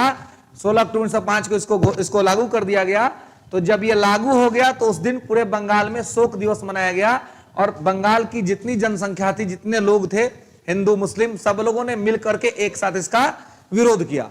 और फिर आगे दिसंबर में कांग्रेस से भी इसको प्रस्ताव को पास कर दिया गया। तो उस समय स्वदेशी आंदोलन धीरे धीरे संपूर्ण भारत में फैल गया, है ना। धीरे धीरे ये बंगाल से निकल करके ये महाराष्ट्र, उत्तर प्रदेश, ये सब जगह जो है वो फैला, मध्य प्रदेश, सब जगह धीरे धीरे फैल गया। सब जगह अलग अलग लोगों ने इस मूवमेंट को सपोर्ट करना शुरू कर दिया। तो एक प्रकार से ब्रिटिशर्स पर प्रेशर बनना शुरू हुआ कि बंगाल विभाजन को बहुत दिन तक लोग एक्सेप्ट नहीं करेंगे। हालांकि तुरंत तो वापस नहीं लिया गया, लेकिन इन सभी प्रयासों के वजह से एक समय आया 1911 जब बंगाल विभाजन को अंग्रेजों को रद्द करना था। ठीक है, तो यह जब बंगाल विभाजन हुआ तो इसी के अगेंस्ट में पूरे देश में एक आंदोलन के साथ जो लोग भी स्वदेशी आंदोलन कर रहे थे वो लोग साथ साथ रक्षाबंधन भी मनाते थे, है ना। सब लोग क्या करते थे, एक दूसरे को रक्षा बांधते थे, है ना। तो रक्षा बंधन भी मनाया था। तो पूछा था कि किस घटना के विरोध में लोगों ने रक्षाबंधन मनाया था, है ना। तो बंगाल विभाजन के विरोध में। तो लिख लेंगे कि बंगाल विभाजन के विरोध में ही, बंगाल विभाजन के विरोध में ही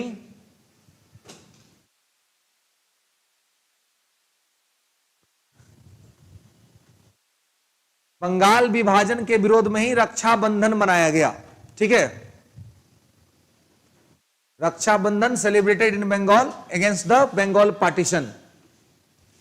बंगाल विभाजन के विरोध में रक्षाबंधन मनाया गया। इसमें क्या होता था, तो सब लोग एक दूसरे को राखी बांधते थे, है ना। और हाँ, सब लोग एक दूसरे को राखी बांधते थे। ठीक है, अब यहां पे राखी बांधेगा तो कि जेंट्स का राखी खाली लड़की बांधेगी जी, है, लड़का नहीं बांध सकता है, वो बांध सकता है ना। है, पैसा लेने का रस्म हो गया। ये उनसे पूछिए, बता सकेंगे। कारण क्या होता है कि जिनके पास जो होता है उनके पास उसका महत्व नहीं होता है ना, है ना। जिनके पास नहीं होता है वो बताते हैं कि महत्व क्या है। तो कहने का मतलब ये है कि ये एक तो एक नॉर्मल सी परंपरा है, व्यवस्था है ना। तो एक प्रकार का उस सगुन के तौर पे जिसके पास जो क्षमता है वो अपनी बहनों को देते हैं, है ना। लेकिन एक्चुअल में वो पर्पस ही नहीं है इस फेस्टिवल का, उसका नाम ही है रक्षाबंधन, है ना। जिसमें देखिए, अगर दुनिया में कोई भी महिला या लड़की सबसे ज्यादा अपने आप को सुरक्षित महसूस करती है अपने भाई के साथ, हाँ कुछ भी हो, बिल्कुल। ये एक प्रकार का क्या है, विश्वास है। उतना विश्वास वो कभी किसी पे नहीं कर सकती है ना। उतना विश्वास मतलब कोई अपने पति पर भी नहीं कर सकता जितना कि अपने भाई पे कर ले, है ना। ये क्या दिखलाता है, ये दिखलाता है भारतीय सनातन संस्कृति की विशेषता को, है ना। कि इसमें कुछ ऐसे संबंध बताए गए हैं, कुछ ऐसे संबंध बनाए गए हैं जो मतलब जो केवल पूर्णतः निस्वार्थ के भाव पर टिका हुआ है ना। इसमें किसी प्रकार का कोई स्वार्थ होता ही नहीं है। निस्वार्थ भाव से बहन अपने भाई की सफलता की कामना करती है और भाई भी चाहता है कि उसकी बहन हमेशा सुरक्षित रहे, ठीक रहे, है ना। तो ये पूरा का पूरा जो संबंध है वो बेसिकली सनातन की परंपराओं पर आधारित है, जिसमें कहीं सब ये नहीं है कि पैसा के लिए या कुछ भी इस तरह के लिए, है ना। इस सब कोई भी चीज इसमें नहीं होता है ना। और इसमें दोनों ही एक दूसरे की रक्षा का वादा करते हैं। वो भी जो रक्षा बांधती है वो केवल धागा नहीं है, उसमें उसकी पूरी दुआएं होती हैं कि भाई मेरा जो भाई है वो कहीं भी जाए तो क्या रहे, सुरक्षित रहे। और साथ भाई भी इस बात का वादा करता है कि भाई बहन कहीं भी रहेगी तो हम उसके सुरक्षा के लिए पहुंच जाएंगे, है ना। तो इसलिए इसको जो है इन सभी चीजों को, ये सब हमारी संस्कृति की विशेषताएं हैं, इन सभी चीजों को मजाक नहीं बनाना चाहिए, है ना। अनपढ़ गंवार लोग अगर बना रहे हैं तो उनको बनाने दिया जाए, क्योंकि वो बनाते हैं तो शोभा देता है ना। लेकिन अगर आप बनाएंगे तो फिर लगेगा कि फिर उनमें और आप में कोई खास अंतर नहीं है। इसलिए इन सभी चीजों का, परंपराओं का जो है ये नहीं होना चाहिए। खैर, तो यहां पर बेसिकली यह जो रक्षा बांधा जाता था, वो रक्षा बांधने के पीछे का भी ऑब्जेक्टिव यही था कि हम अपनी एकता की रक्षा करेंगे, हम अपनी यूनिटी को बना करके रखेंगे, अपनी इंटीग्रिटी को बना करके रखेंगे, एकता और अखंडता को टूटने नहीं देंगे। इसलिए सभी लोग एक दूसरे को रक्षा बांधते थे, राखी बांधते थे और ये प्रॉमिस करते थे कि ये जो बंगाल का पार्टीशन हुआ है, ये जो सेपरेशन हुआ है बंगाल का, इसको हम लोग एक्सेप्ट नहीं करेंगे और इसको हम लोग क्या करेंगे, रिजेक्ट कर देंगे, है ना। ये लंबे समय तक इसको जो है सो हम लोग एक्सेप्ट नहीं कर सकते हैं। और यही उसका बेसिकली प्रतीक चिन्ह था, और इसीलिए यह जो है वो रक्षाबंधन मनाया जा रहा था। ठीक है, और इसके साथ ही जैसे कि नॉन कोऑपरेशन मूवमेंट में, असहयोग आंदोलन में हमने अंग्रेजी शिक्षा का बहिष्कार किया था, वैसे इसमें भी अंग्रेजी शिक्षा, अंग्रेजी वस्तु, अंग्रेजी कपड़ा, सभी अंग्रेजी चीजों का हमने बहिष्कार किया था। ठीक है, लिख लेंगे कि स्वदेशी आंदोलन के अंतर्गत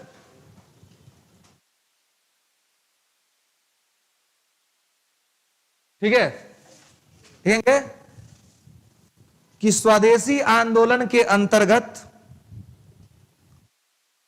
स्वदेशी आंदोलन के अंतर्गत रक्षाबंधन लिख लिया ना, स्वदेशी आंदोलन के अंतर्गत विदेशी कपड़ों,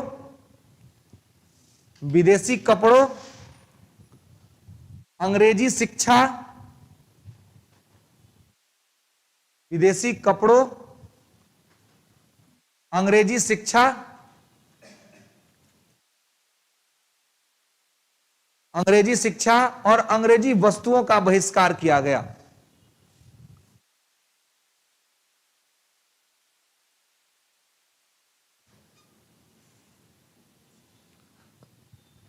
ठीक है, सुधांशु सर जी, हमारा मैसेज न जाए थे कि अरे तोरा सबके मैसेज आ रहा हो, है ना, सबका मैसेज आ रहा है और हम देख रहे हैं। ठीक है, इना तबस्सुम, मेरी दादी कहती थी कि विलायती कपड़ा बहुत अच्छा होता था, इसलिए हम लोग प्लास्टिक में बांध कर मिट्टी के नीचे छुपाए थे। अच्छी बात है भाई, मिला कि नहीं उसमें से को, है ना।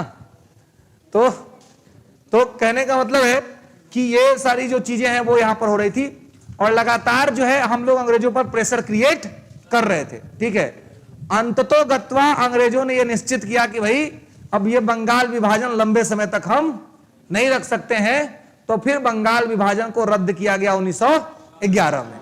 नोट करके लिखेंगे,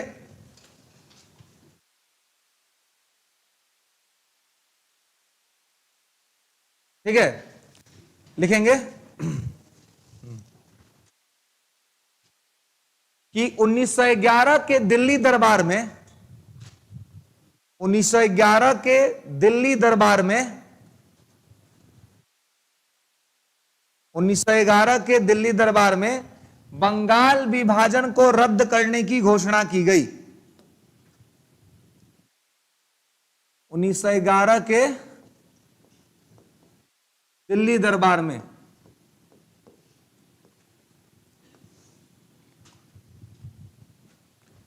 Bengal partition cancellation declare on, Bengal partition cancellation declare on Delhi court 1911, declare on Delhi court 1911। चलिए ठीक है, अब यहां तक पहुंच गए।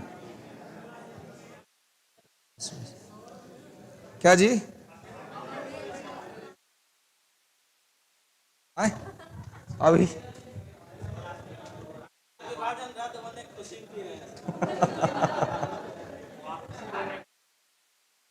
देखिए,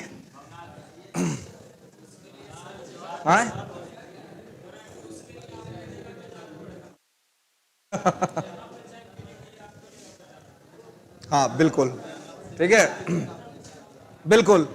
देखिए, मैं एक समय था जब इसी तरह से आप लोगों की जगह पे मैं बैठा हुआ था। ठीक है, दिल्ली की बात है, पतरा पे क्लास चल रही थी, विकास सर की क्लास थी हिंदी साहित्य की। ठीक है, हाँ, और स्थिति ऐसी थी कि सब लोग, और अचानक से वैसे ही मौसम खराब था तो उनके लिए क्लास में चाय आया, ठीक ना।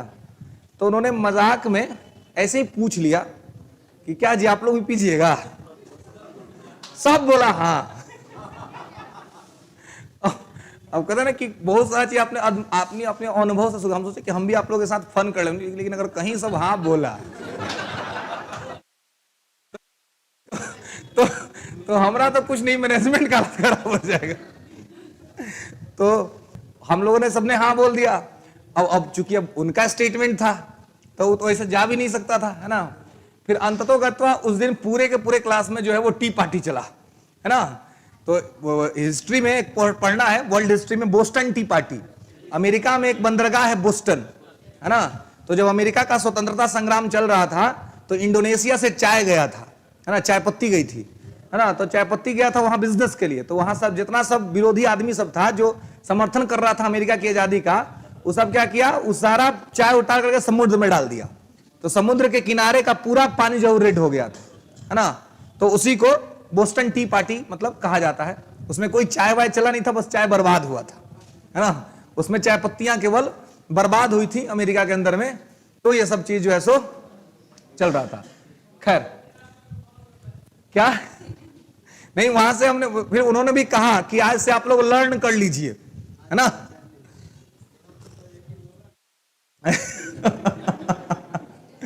तो अब उस समय हम लोग भी सोचते थे कि काश अपने लिए भी कभी चाय आए, है ना। तो भगवान की कृपा से अब आता है ना। तो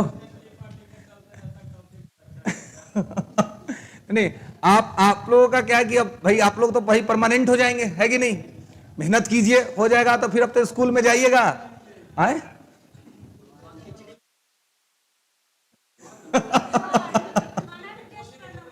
खाना भी टेस्ट करना पड़ेगा। खैर देखिए, स्कूल में खाली चाय नहीं पीजिएगा भाई, आप लोग पढ़ाइएगा, है ना। मेन चीज है पढ़ाना, ठीक है। नहीं पढ़ाइएगा तो फिर बचवा सब देखबे करते हैं कैसे आता है ना। खैर क्या लिखे हैं, हाँ 1911 के दिल्ली दरबार में बंगाल विभाजन को रद्द किया गया, ठीक है। लिख लेंगे, इस समय भारत के वायसराय लॉर्ड डफरिन थे। इसमें है हाँ हार्डिंग द्वितीय, हार्डिंग सेकंड, हाँ डफरिन नहीं, ठीक है। इस समय भारत के वायसराय हार्डिंग द्वितीय थे। हाँ डफरिन 85 में जब कांग्रेस बना था तब। अब आप लोग चल गए थे मुखर्जी नगर ना। हाँ हार्डिंग द्वितीय वायसराय। इस समय भारत के वायसराय जो थे वो हार्डिंग सेकंड थे। द्वितीय के समय रद्द हुआ था। और दिल्ली दरबार में कौन आया था, तो ब्रिटेन के सम्राट जॉर्ज पंचम, है ना। लिख लेंगे कि इसमें जॉर्ज पंचम की भारत यात्रा हुई थी। इस समय जॉर्ज पंचम की भारत यात्रा हुई थी।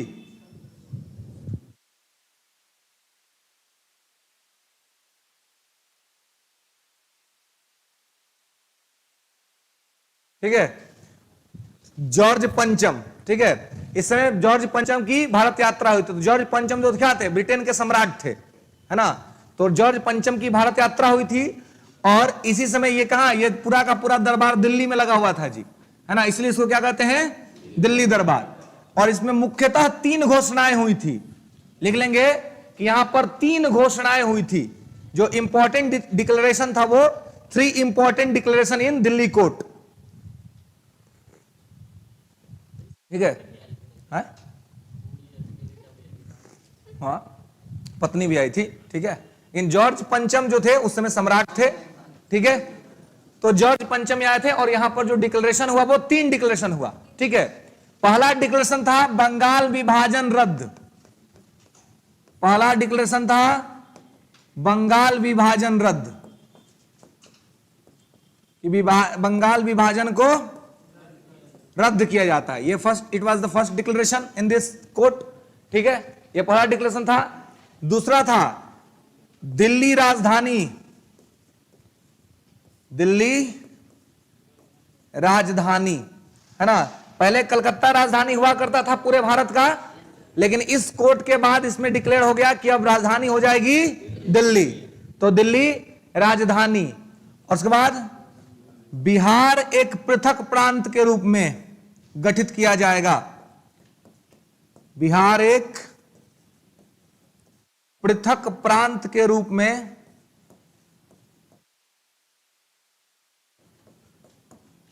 गठित किया जाएगा, ठीक है। बिहार एक पृथक प्रांत के रूप में गठित किया जाएगा, ठीक है। तो मुख्यतः यहां पर 3 चीजें हुई। ठीक है, यहां पर मुख्य तौर पर क्या हुआ, तीन चीजें हुई। ठीक है, तो बंगाल विभाजन रद्द हो गया।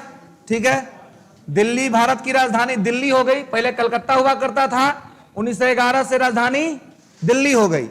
और बिहार एक पृथक प्रांत के रूप में गठित करने का घोषणा हुआ, है ना, घोषणा हुआ था ये 1911 में, लागू हुआ था 1912 में। ठीक है, तो घोषणा हुआ इसी में। तो दिल्ली दरबार लगा था, उस समय भारत के वायसराय हार्डिंग द्वितीय थे। ठीक है, और ब्रिटेन के सम्राट जॉर्ज पंचम की भारत यात्रा हुई थी, दिल्ली में दरबार लगा था, और दिल्ली के दरबार में तीन महत्वपूर्ण घोषणाएं हुई। पहले घोषणा हुई कि बंगाल विभाजन को रद्द किया जाता है, दूसरी घोषणा हुई कि भारत की राजधानी कलकत्ता से दिल्ली को बनाया जाता है, और तीसरी घोषणा हुई कि बिहार एक पृथक प्रांत के रूप में स्थापित किया जाता है। ठीक है, तो इस प्रकार से यह महत्वपूर्ण घटनाक्रम यहां पर घटा था। ठीक है, तो आज के लिए बस इतना ही, फिर मिलेंगे नेक्स्ट क्लास में और आगे बात करेंगे। हाँ जी,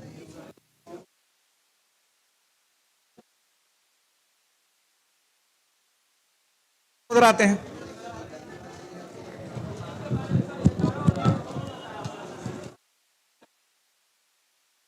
किसमें 1911,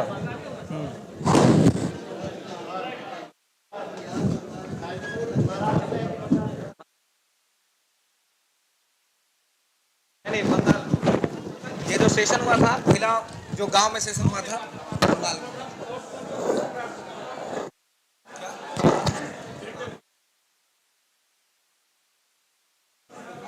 बैठते हैं, बात